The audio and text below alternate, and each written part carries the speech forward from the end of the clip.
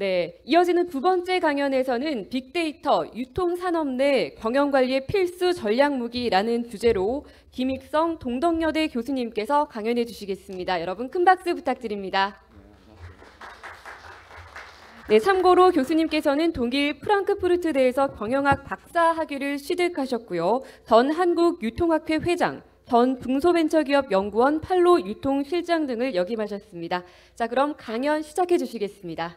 네, 여러분 반갑습니다. 네, 또 오늘 초대해 주신 우리 BN의 여러 임원님께도 감사드리고요. 오늘 좋은 강연으로 여러분들께 보답하도록 하겠습니다. 앞에서 우리 변상무님께서 유통산업을 너무 잘 정리해 주셔서 요 내용들은 그냥 패싱하도록 하겠습니다. 저는 이 빅데이터 시대가 도래했다는 그런 중요성을 여러분들께 더 인식시켜드리고요. 또 미래 빅데이터 시대가 어떻게 전개될 건가에 대해서 좀 중점을 두고 말씀드리고, 그 다음에 이 빅데이터 시대에 우리 산업이나 비즈니스가 어떻게 확산되고 또 그 관련해서 정부가 어떻게 지원해 줘야 될 건가, 이쪽으로 좀 초점을 맞춰서 말씀을 드리겠습니다. 여러분, 빅데이터 시대가 분명히 왔어요. 예, 우리 윤 대통령께서 50조 시장으로 활성화시키겠다, 뭐 이런 얘기를 하셨습니다. 자, 그렇다면 도대체 이 빅데이터 시대가 뭔가에 대해서 한번 좀 규범적으로 한번 찾아가 보도록 하겠습니다. 여러분, 지금 나의 데이터가 이제 빅데이터 하면서 비즈니스화되고, 이게 결국은 나도 모르게 내 데이터가 유통에 활성화되어서 이용되고, 그게 나의 편의성을 높입니다. 그러면 이 편의성이 상권이라든지 또 지역별로 적분화돼 가지고 이게 산업 경쟁력과 국민 경제에 시대한 영향을 미치고, 이게 결국 경쟁력이 되는 것입니다. 그리고 우리가 잘 사는 미래의 먹거리를 창조하는 게 빅데이터 시대라는 것이죠. 그렇다면 오늘 제가 말씀드리고 싶은 것은 도대체 빅데이터가 뭐고, 또 어떻게 신산업 이 생태계를 만드는 것인지, 또 어떤 비즈니스로 나아갈 것인지, 이런 것들을 좀 탐구해 보고요. 특히 빅데이터는 AI와는 직접적인 어떤 연결성을 갖고 있습니다. 이 얘기를 좀 상세하게 말씀을 드리고요. 또 새로운 테크놀로지와 결합이 되어서 우리에게 더 큰 방법론적이나 이런 의미에서 편의성을 제공을 해서 비즈니스의 성공률을 높인다는 것이죠. 이 얘기도 좀 드리겠습니다. 또 특히 이번은 유통산업에 관련된 것이어서 유통산업에서 전략적으로 이걸 활용할 때 어떤 것들에 대해서 좀 더 고려해야 될 건가, 이 문제도 함께 짚어보도록 하겠습니다. 마지막으로 이 빅데이터 시대 미래가 어떻게 전개될 건가, 이쪽에 대해서도 여러분들한테 소상히 설명드리도록 하겠습니다. 빅데이터라는 것은 뭐 말씀대로 방대한 양이다, 이렇게 생각이 되는데요. 더 중요한 것은 빨리 빅데이터는 소멸되고 새로운 게 많이 들어온다는 것이, 신속하게 없어지고 신속하게 들어옵니다. 근데 이 신속하게 들어오는 양들이 엄청납니다. 이 엄청난 양이 다양한 형태로 들어옵니다. 이제 문자 정도로 들어오는 게 아니라 그림과 또 영상과 또 심지어는 트렌드로 변해서 들어옵니다. 이걸 우리가 확실하게 인지하지 못하면, 의사결정에 반영하지 못하면 성공률이 남들보다 떨어집니다. 이게 차별성이죠. 이 차별성을 오늘 여러분들이 중요하구나 인지하기 위해서 난 이 자리에 모였다고 생각합니다. 그래서 오늘 이 글로벌 빅데이터 포럼의 중요성이 있는 것입니다. 그러면 제일 중요한 게 빅데이터를 활용하는데, 이 빅데이터는 사용자의 목적과 필요성이 더 중요해요. 이게 분명히 선제되어야 빅데이터를 활용할 수 있다는 것이죠. 예. 그 다음에 이 빅데이터의 방법론적인 의미에서 어떻게 빅데이터를 갖고 올 건가, 어디서 사지, 어디서 발굴하지, 자 어떻게 저장을 한 거를 우리가 쓰지, 내 필요에 의해서 제대로 분석된 내가 필요로 하는 그런 빅데이터를 갖고 와야 된다는 거예요. 이걸 어떻게 내가 기업 안에 갖고 들어와서 이걸 투자하고 써먹을 건가. 그래서 CEO가 혼자서 하자 이러면 임직원이 따라옵니까? 새로운 거 하게 되면 다 나름대로 두려움이 있어요. 이거 어떻게 할 겁니까? 이런 얘기들도 같이 해야 되겠죠. 어쨌든 빅데이터는 새로운 가치와 새로운 수익성을 분명히 창조해 줄 것이다. 저는 이렇게 생각을 합니다. 그래서 빅데이터의 정의, 의미적 정의는 이런 것이다.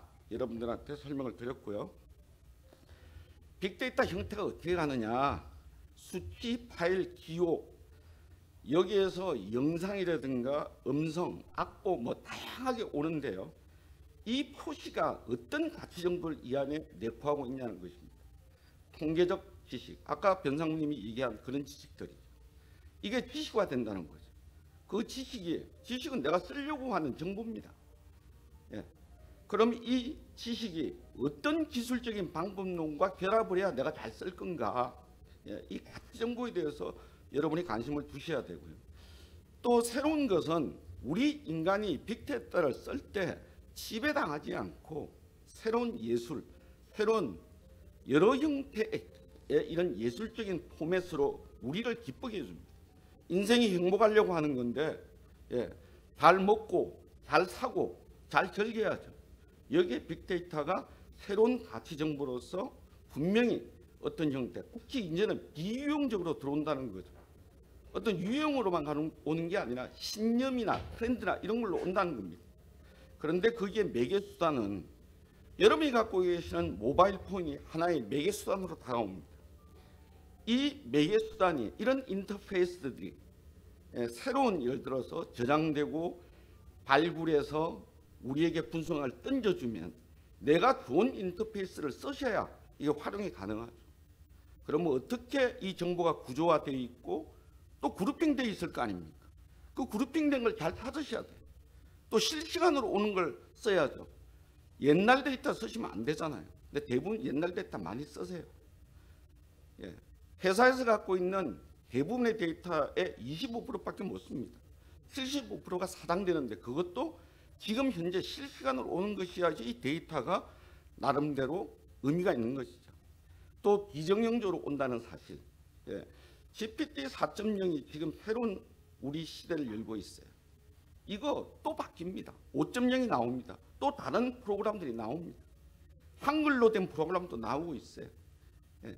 이런 형태로 다양하게 나온다는 말씀을 드리고요. 자, 우리가 지금 이 시간 1분 1분마다 구글에서는 200만 건의 검색이 이루어지고 있습니다. 그럼 그 검색을 통해서 새로운 데이터가 또 창조되겠죠.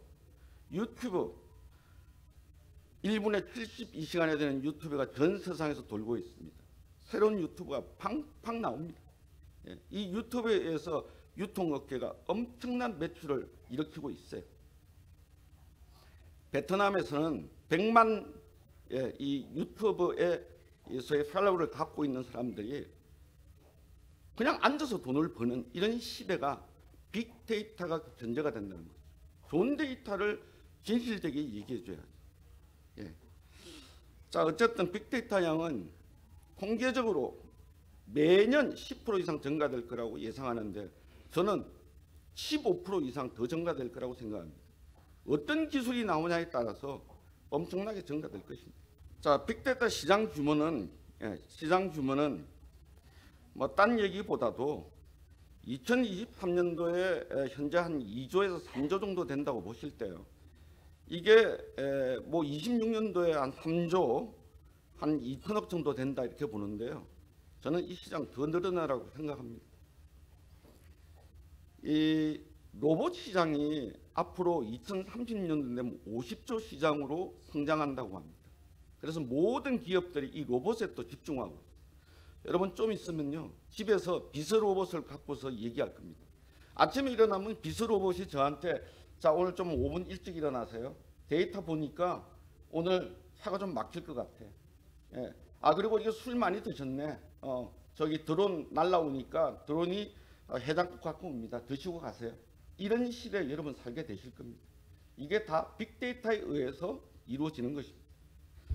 이런 예를 들어서 과거의 어떤 역사적인 이 데이터들이 어쨌든 엄청난 속도와 엄청난 양으로서 우리에게 주어진다. 그럼 잘 써먹어야 되겠죠. 이게 우리에게 중요한 것이죠. 이게 뭐 솔직한 얘기로 30조가 되든 지금 3조가 되든 이게 우리에게 무슨 의미가 있습니까? 예. 내 월급은 5억만 원인데 누구는 뭐 예를 들어서 한 달에 1억을 번대더라, 2억을 번대더라. 나하고 관심 없는 거죠. 내가 어떻게 쓰느냐가 중요한 겁니다. 다만 이 데이터가 시장을 키울 거구나. 그러면 이거 중요하구나. 그걸 인지해야 된다는 것이죠. 자, 그다음에 빅데이터는 아까도 말씀드렸지만 인공지능과 연계가 됩니다. 빅데이터는 인공지능이 없으면 어떻게 보면 쓸모가 없을 수도 있어요. 75%가 빅데이터라고 해서 이 품질이 좋으면 그걸 인공지능이 분석해서 우리에게 결과를 던져줍니다. 그 대표가 GPT 4.0이죠. 그래서 앞으로 이런 소위 GPT 4.0과 같은 이런 딥러닝 알고리즘을 사용한 이런 분석의 어떤 결과들이 우리에게 엄청난 성과를 줄 것이다. 자, 그래서 애들도 숙제 내주면은 여기에 제일 먼저 탁탁 눌러가지고 숙제 갖고 오죠. 의사결정도 기획서도 앞으로 여기에서 제일 먼저 물어보고 그 다음에 올 것입니다. 그렇다면 다 똑같은 데이터를 받는 거 아니냐, 이런 질문이 올 수 있죠. 여기에 뭐가 있느냐? 인간의 창의성입니다. 빅데이터는 역사적인 데이터예요. 지나간 거예요, 사실은. 앞으로 여러분들이 창의성과 연결되지 않는 이런 것들은 아무짝에도 쓸모없다. 왜? 창의성이 없으면 차별성이 없다는 것이죠. 그 말씀을 강조해 드리고요. 앞으로 인공지능과 로봇과 메타버스 이런 이 새로운 비즈니스 세계, 생태계가 우리에게 다가오고 있습니다. 자, 그런데 KDI 2020년 설문조사, 이거 벌써 2년 된 데이터인데도 여기 보시면요, 기업체가 3.6% 정도밖에 활용하지 않아요.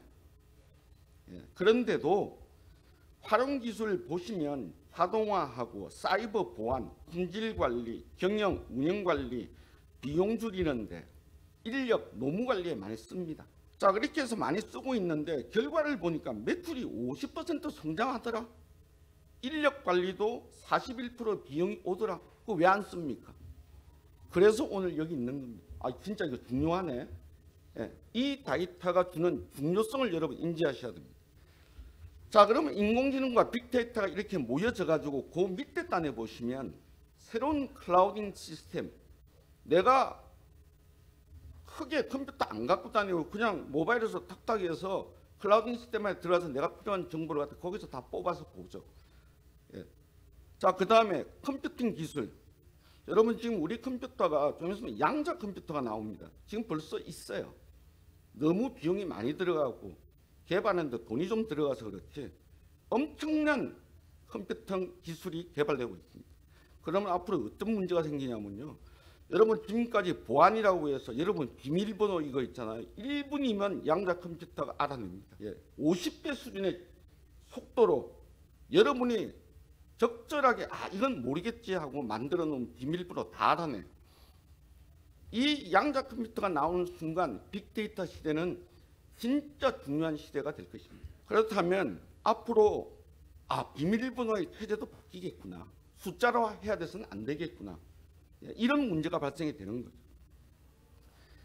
그 다음에 대화형 챗봇이라든가 또 우리나라의 유이튼 테크놀로지, 이 조만한 기업이 말이죠. 네이버하고 돈을 받고 삼성하고 돈을 많이 받았어요.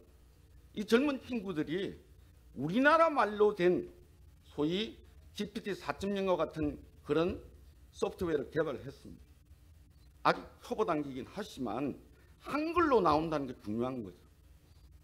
이런 기술들이 어떻게 결합하냐에 따라서 빅데이터 시대는 확실히 달라질 것입니다. 그렇다면 이 앞으로 이런 이 빅데이터와 인공지능이 그런 결합된 이 생태계는 어떻게 변할 건가 보시면 2025년도까지 기업에서 주고받는 이 메시지의 약 30%가 인공지능에 의해서 생성됩니다.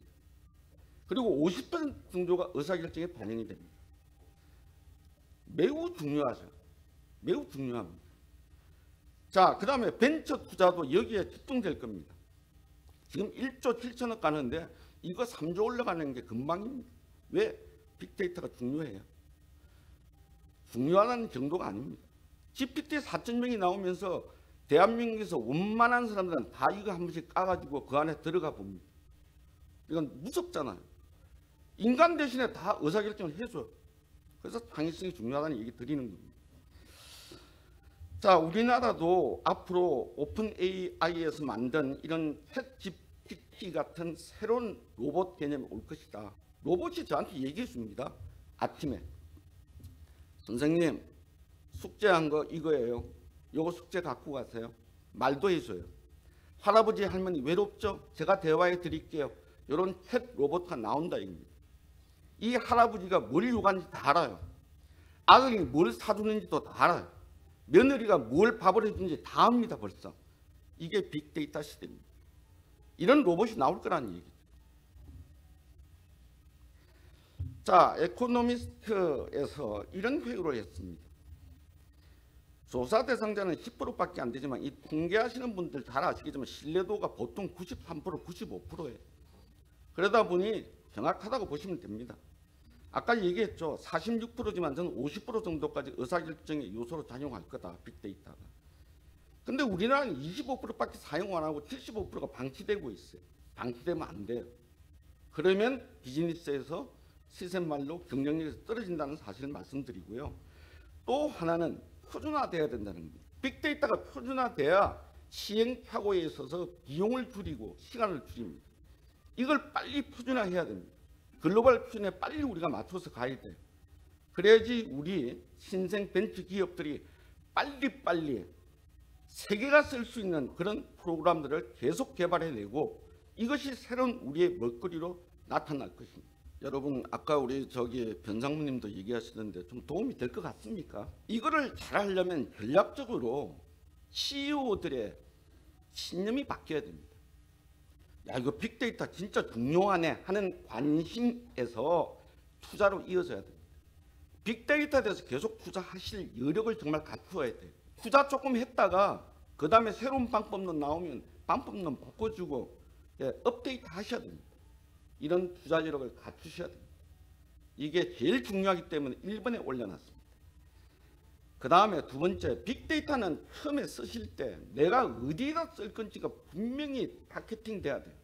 이게 없으면 빅데이터 시대에 자기가 뭘 해야 될지를 모르는 그런 기업에게 어떤 의사결정이 나오겠어요. 정확한 의사결정은 결국 인간이 하는 것입니다. 그래서 목표 타겟팅이 정확해야 된다는 말씀드리고, 그 다음에 하면 뭐예요? 임직원이 따라와야지. 교육기구, 내부 전문 인력을 양성하셔야 됩니다. 그 다음에 다양한 빅데이터 소스를 개발하시고 그 사람들과 협력하셔야 됩니다. 어떤 빅데이터 소스를 갖고 올 건가? 싸구려 빅데이터, 돈 적게 든다고 갖고 오면 의사결정 왜 합니까? 제대로 된 빅데이터.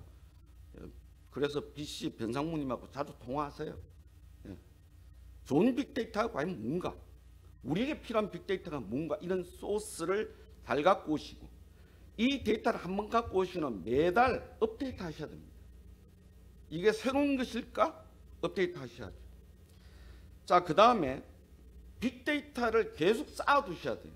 왜? 과거 추세를 보셔야 되니까. 우리가 어디에 문제가 있는지 재고 수준을 갖다가 충분히 가질 만한 그런 데이터 재고 수준에 대한 투자도 하셔야 되고요. 어떻게 우리가 억세스하고 있나? 이런 방법론이 제대로 연결해서 제대로 우리가 쓰고 있는가? 이것도 검토하셔야 됩니다. 그 다음 컨트롤 하셔야죠. 그건 내가 잘 못해. 아, 이거 뭐 사이언티스트나 하지. 우리가 이거 뭐 알아. 그럼 외부 컨설턴트 쓰십시오. 왜? 이게 예를 들어서 1억 써서 100억을 번다면 해야죠. 립 서비스 하는데 우리가 무지 약해요. 그런데 하지 않으면 경쟁력 없다는 얘기예요. 시대가 오고 있다.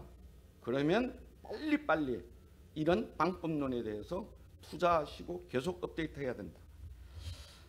그래서 새로운 의사결정의 아키텍처를 변경시켜 주셔야 되고 조정하셔야 됩니다. 그 다음에 클라우딩 시스템과도 관계를 맺으셔야 돼요. 내가 굳이 갖고 있을 필요가 없어. 보안도 잘 안 되고 차라리 클라우딩 시스템을 활용하십시오. 돈도 적게 들고 많은 데이터와 접촉할 수 있습니다. 다음 보안이죠. 갖고 있으면 뭐예요? 막 보안해서 새. 내 데이터가 다른 회사에 다 보고 있어. 나의 비밀이 다 유지가 되지고 않아. 안 되죠. 이것도 고민해 보셔야 돼요. 그 다음 모르면 외부의 전문가에게 맡겨라 이런 말씀 드립니다. 저는 유통학 개장을 하면서 가끔 이 백화점이나 또 이 유통업체 사장님들 자주 뵙습니다. 나보고 이런 얘기를 해요. 김 교수님 어떻게 하면 될까요? 그래서 교수 몇 분씩 그럼 모여서 밥이라도 한번 먹자. 그리고 교수님들한테 제대로 된 비용을 갖다가 지불해라. 이렇게 하시는 CEO들이 계세요. 여러분 용역 1억짜리보다도요. 유능한 교수 몇 분에게 매번 새로운 논문을 읽는 이런 분들에게 어떻게 세상이 바뀔 건가에 대해서 얘기 듣는 시간, 서너 시간, 밥 먹고 이런 노닥거리는 시간이 아니에요. 자기 기업의 미래를 위해서 전문가들하고 얘기하는 시간에 돈 600만 원 들어가는 게 아까운 CEO들이 얼마나 많은지 아십니까, 여러분? 그러면 저희들은 논문을 왜 읽습니까?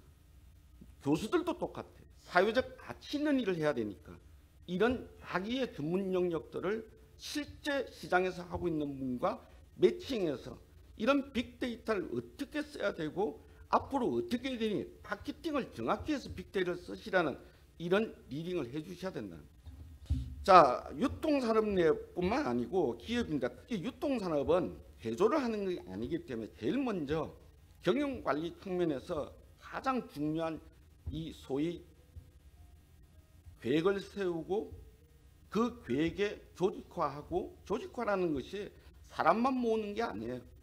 타이밍, 내가 갖고 있는 자산을 어떻게 분배할 건가. 판은 어디다 쓰고 기계는 어디다 쓰고 내가 갖고 있는 땅은 어디다 쓸 건가. 이런 걸 잘 조합해서 빅데이터한테 물어보시면 됩니다. 그리고 내가 창의적으로 의사결정하시면 됩니다.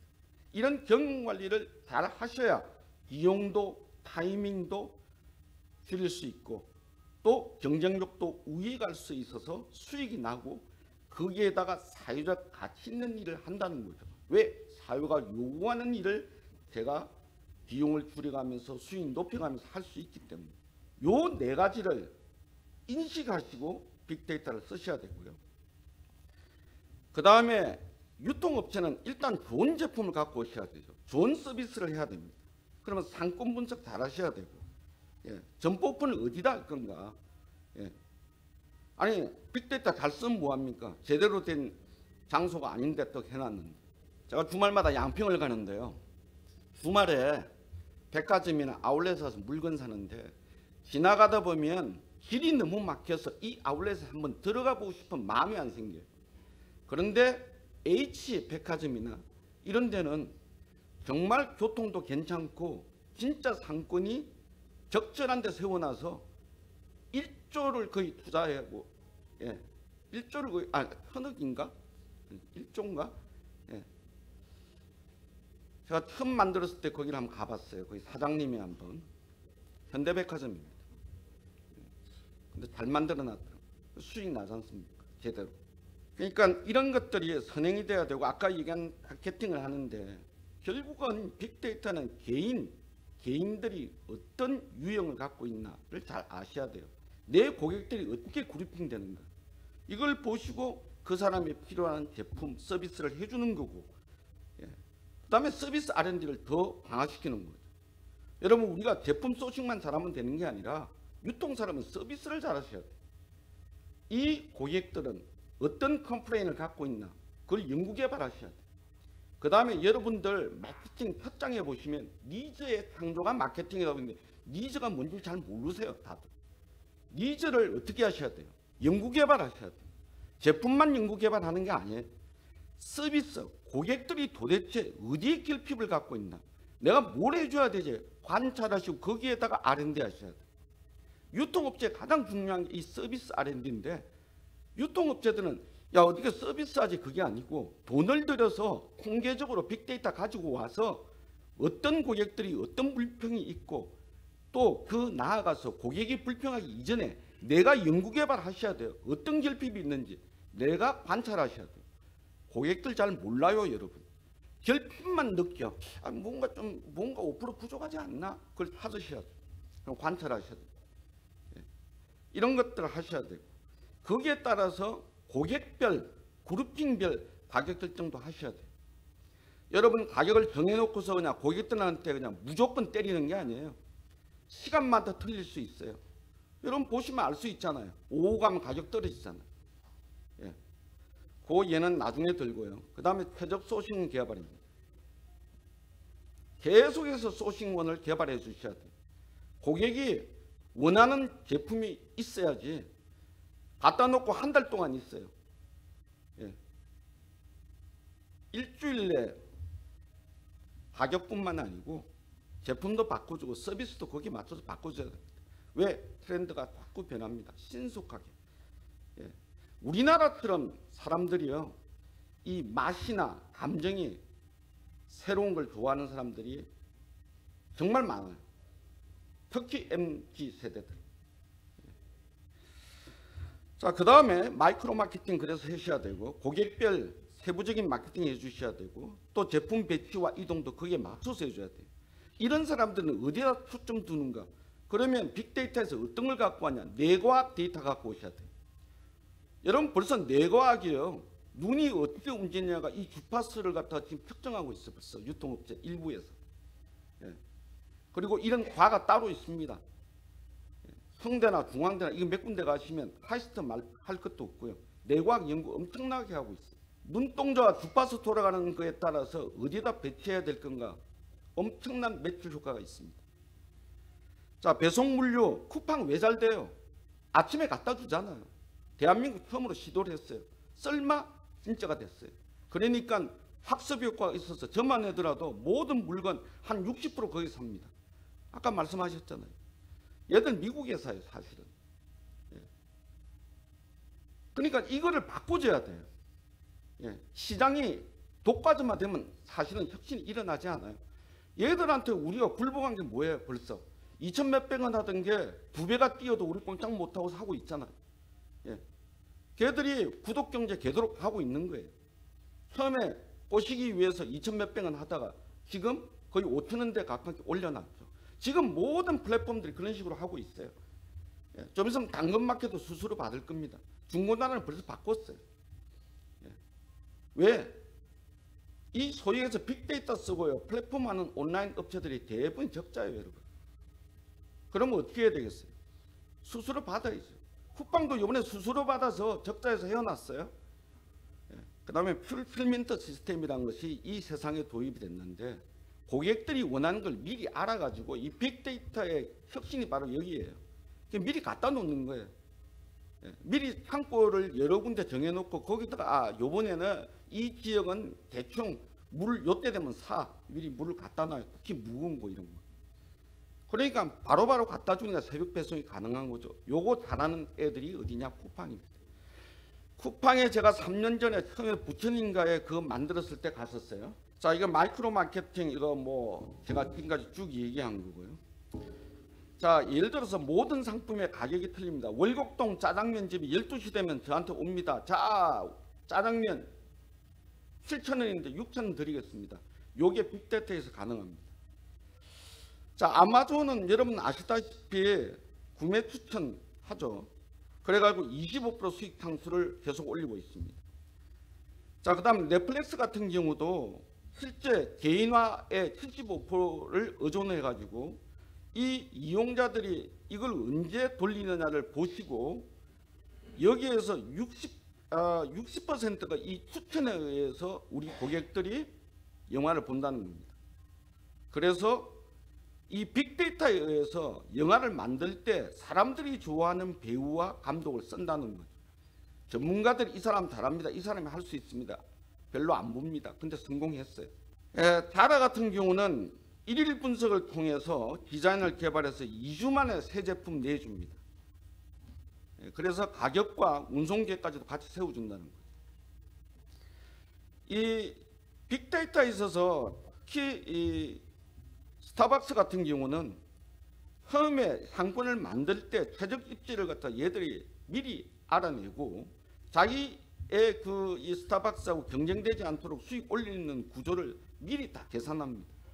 그 다음에 여러분 아시겠지만 사이렌 오더나 이런 걸 통해서 이 데이터와 고객들의 하드 데이터를 결합해 가지고 앞으로 어떤 맛의 커피를 더 만들어야 될 것인지를 알아낸다는 거죠. 뭐 쿠팡 넘어가겠습니다. 워낙 물류 시스템 잘합니다. 전문가가 어디서 왔느냐? 아마존에서 왔어. 외국인입니다. 그러니까 들어가면 전부 영어 써요. 로저, 마리 뭐 이래가면서. 예. 외국 애들입니다. 네이버하고 최근에 마켓컬리가 손을 잡았죠. 마켓컬리가 쿠팡에서 떨어져 나왔어요. 자존심 상해서 나왔죠. 네이버와 대한통운이 서로 맞잡고 있어요. 제가 이 얘기는 현대백화점이 KT하고 맞잡았어요. 정보 때문에 그런 겁니다. 빅데이터 때문에. 그래서 회원정보수를 갖다가 활용하겠다는 거죠. 예. 그리고 그게 물류 서비스로 간다는 겁니다. 재고, 시간, 비용 절약한다는 거죠.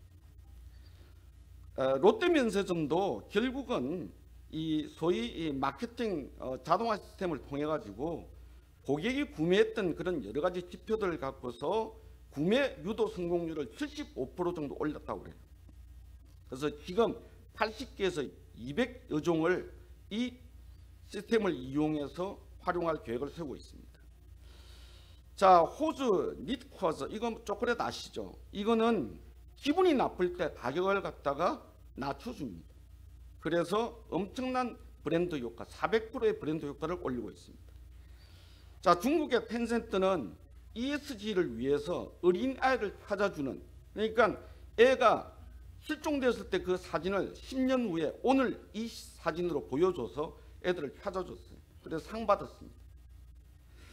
자, 그럼 이제 마지막 미래에 대한 시사점을 좀 들어가겠습니다. 아까 얘기한 대로 반도체 기술과 컴퓨팅 기술, 또 분산 병렬 정보 처리 통계 시스템 이 기술, 클라우딩 시스템이 어떻게 발전하에 따라서 빅데이터 시대는 바뀝니다. 또 새로운 검색 포털이라든가 소셜 미디어, 거래 데이터, 또 어떤 센서에 따라서 우리 빅데이터 시대는 달라질 것입니다. 빅데이터 플랫폼도 엄청나게 그래서 더 발전할 것입니다.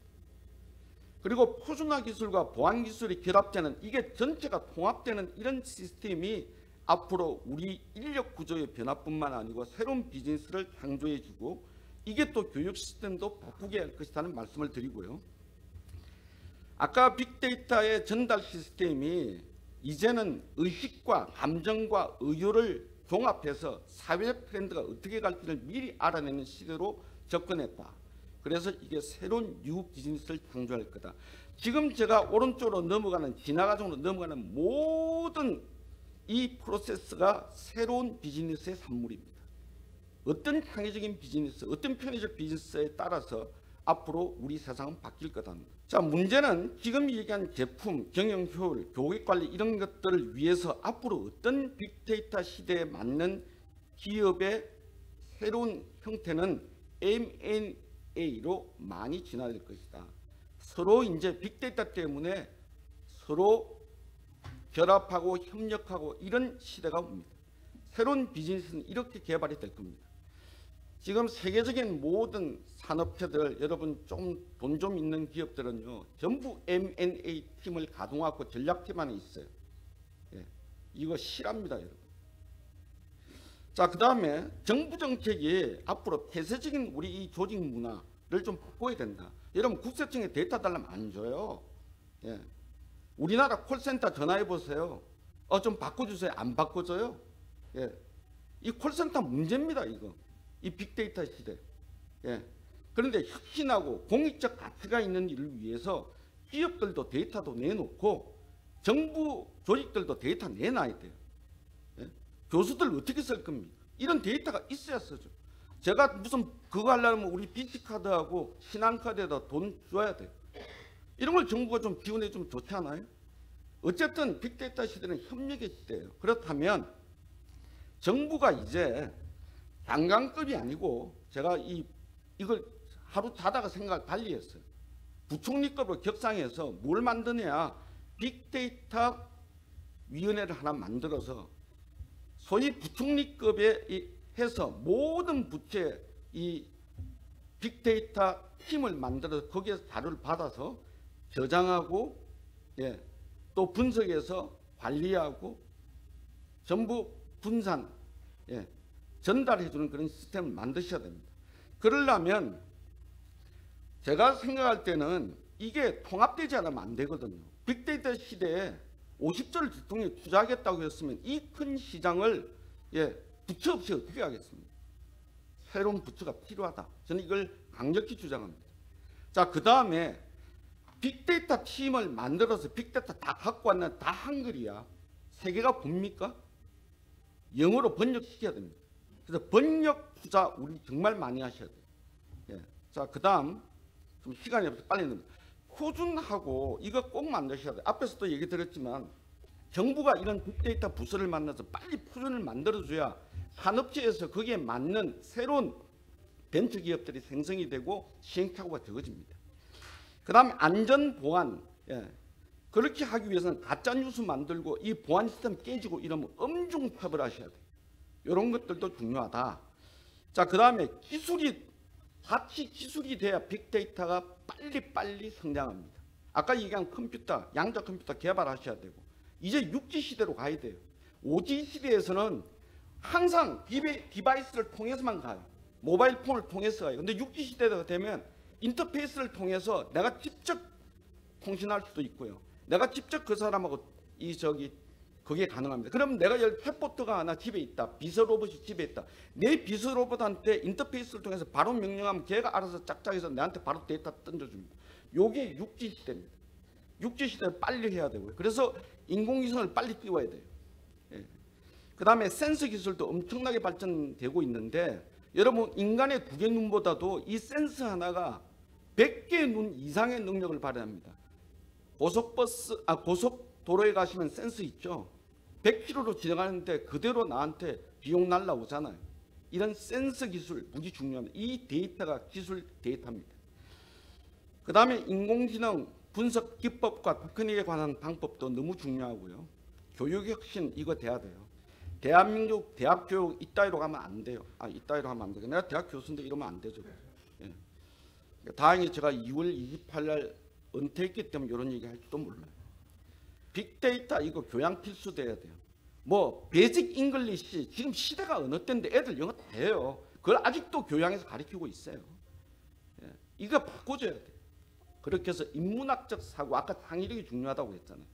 이런 인간들을 육성해 주셔야 되고 이런 전문가들의 기본적인 품성을 넣어서 윤리적이고 협력하는 애들이 돼야 됩니다. 이기적인 애들이 지금 만들고 있어요. 지금 MZ 시대들 무지 이기적입니다. 자기 이익에 딱 도달해서 그거 되면 바로 변해버려요. 융합하고 윤리적인 사회적 가치에 관심 있는 이런 인간들 또 맨날 카톡을 해가지고 문장을 잘 못 써요. 예. 소위 앞으로 이 문장 명령을 잘할 수 있어야 돼요. 예. 이게 빅데이터 시대입니다. 이런 사람들을 개발해야 됩니다. 그러려면 교육이 바뀌어야 된다. 대학 교육에 빅데이터나 인공지능에 대한 교수 없어요. 솔직히 이거 빨리 좋은 사람들을 많이 양성하시고 교수들 채용하셔야 돼요. 그 다음에 법이죠. 정보통신 이용에 관한 법이라든지 신용정보, 개인정보, 저작권법 말씀 안 하셔도 이제 나의 데이터는 전부 유통을 통해서 공익적 가치로 활용될 수 있도록 해줘야 돼요. 그러려면 보안과 신뢰할 만한 시스템을 만들어줘야 되고 거기에 정부의 중요한 기능이 있다. 그리고 그 제안을 드린다는 말씀으로 오늘 제 발표를 마치도록 하겠습니다. 여러분 뒤에 하나를 보십시오. 나이팅게일이 이런 얘기했어요. 이 사람 간호사입니다. 근데 이 사람이 통계 연구만이 국가를 바르게 이끌 수 있다. 빅데이터의 시대가 중요하다는 말을 이분도 하셨다 이 말이에요. 그 다음에 미래소설가 이 양반 이 뭐라고 했느냐. 통계적 방법에 대한 확실한 훈련이 읽기와 쓰기만큼이나 필수적일 것이다 라고 얘기했습니다.